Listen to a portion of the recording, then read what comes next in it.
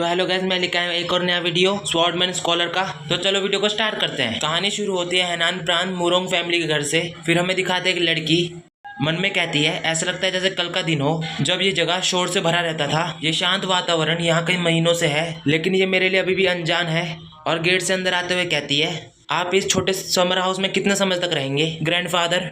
तभी कोई कहता है, आपका स्वागत है मिस। और वो लड़की पलट के देखती है और वो मुस्कुराते हुए कहती है, good morning sir general manager. और हमें बताते हैं कि ये डैनचुन मुरोंग की पोती मी मुरोंग है। मी मुरोंग पूछती है, मेरे दादाजी कैसे हैं? मैनेजर कहता है, ऐसा लगता है वो जाग रहे हैं। लड़की बोलती है, ओह ठीक है। तभी मैनेजर कहता है, ओह और लॉर्ड के लिए एक लेटर भेजा गया है। मी मुरोंग कहते हैं, एक लेटर?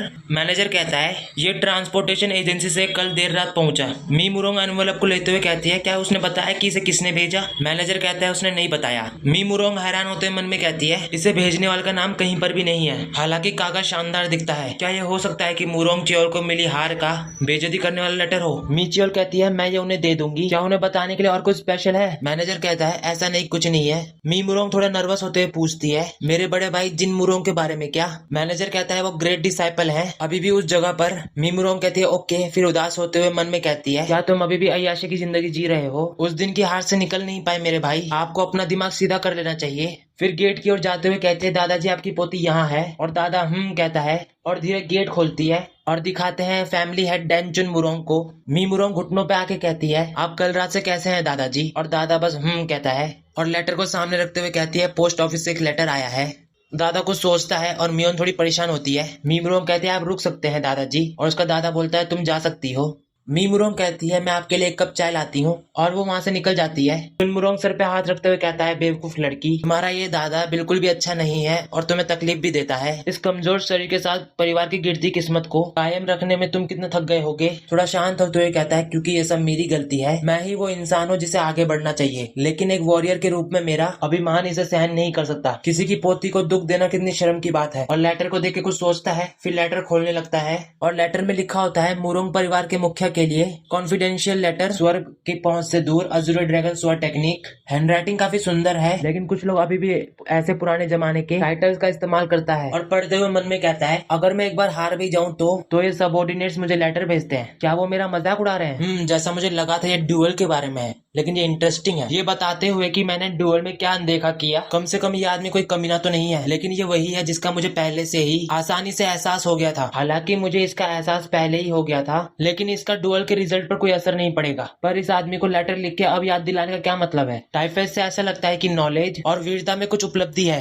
क्या उसने इसे फिर अपनी बढ़ाई करने के लिए भेजा था? अचानक से हैरान होकर बोलता है, मुरोंग स्वॉर्ड पाथ। गुस्सा होते हुए मन में कहता है, तुम्हें मेरे सामने मुरोंग स्वॉर्ड वे के बारे में बहस करनी है? तुम्हारी हिम्मत कैसे हुई? मैं इस लेटर को अभी फाड़ना चाहता हूँ। हालांकि मेरी पोती के सामने अपना गुस्सा दिखाना मेरे लिए शर्मनाक होगा। जैसे ही मैंने पढ़ना शुरू किया है, मुझे देखना चाहिए कि ये आदमी कितना दिखावा करना चाहता है। तभी हम बाहर का सीन देखते हैं। कोई जोर से चिल्लाता है और चिड़िया डर के भाग जाती है। वो चिल्लाने वाला चुन मुरोंग होता है और अपने ऑरा को निकाल रहा होता है। थोड़ा शांत होकर कांपते हुए कहता है, ये लेटर किसने भेजा? तभी उसे कुछ महसूस होता है और वो देखता है और वो किसी जगह पे खड़ा होता है। मन में कहता है, मैं खुद मुरोंग की स्वॉर्ड हूँ, मुझे पूरी जिंदगी खुद पे गर्व रहा है। फाइनली मैंने अपने फैमिली स्वॉर्ड को आइडेंटिफाई कर लिया है। और हम देखते हैं कि वो किसी के हाथ पे खड़ा होता है। तभी मी मुरोंग को दिखाते हैं और वो कहती है, ग्रैंडफादर मैं आ गई। लेकिन अंदर से कोई जवाब नहीं देता।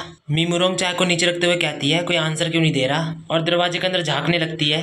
जैसे वो दरवाजे के अंदर देखती है, वो हैरान हो जाती है और कहती है, ये एनर्जी कैसी है ग्रैंडफादर? तभी चुन मुरोंग को दिखाते हैं, वो और गहराई से पढ़ रहा होता है। इसे देखकर मी चुन मुरोंग दरवाजा बंद कर देती है और मन में कहती है, अनबिलीवेबल, और जाने लगती है। फिर रुक कर कहती है, दादाजी ने इनलाइनमेंट के उस मूवमेंट का सामना किया जो जिंदगी में मुश्किल से एक बार आता है, और मैंने इसे अपनी आंखों से देखा। और हाथ जोड़कर रिस्पेक्ट दिखाते हुए कहती है, इसका मतलब ये हो सकता है कि गॉड ने मुरोंग हाउस होल्ड को नहीं छोड़ा। मैं दादाजी की ग्रैंड अचीवमेंट के लिए प्रार्थना करती हूँ। उसके बाद वो आते हुए सर सिम कहती है और मैनेजर कहता है, यस मिस। और कहती है, अब से सामने के गेट को बंद कर दो और किसी को भी अंदर आने मत देना, और घर का कोई भी इंसान शोर न करे। अगर जरूरत पड़े तो फिलहाल उन्हें काम से छुट्टी दे दो और ये सब चीज सख्ती से लागू करे। मैनेजर सर हिलाते हुए कहता है, ओके मिस। इतना ही नहीं, पहले से तीसरे पीढ़ी तक के सारे डिसाइपलों को बुलाए और उन्हें शाम को रेस्ट पेविलियन पर नजर रखने को लोग कहें। मैनेजर कहता है आप रेस्ट पैविलियन की बात कर रहे हैं। मी मुरोंग कहते हैं हाँ, और कहती है दिन रात समर हाउस पर नजर रखें, सुनिश्चित करें किसी को भी अंदर ना आने दे,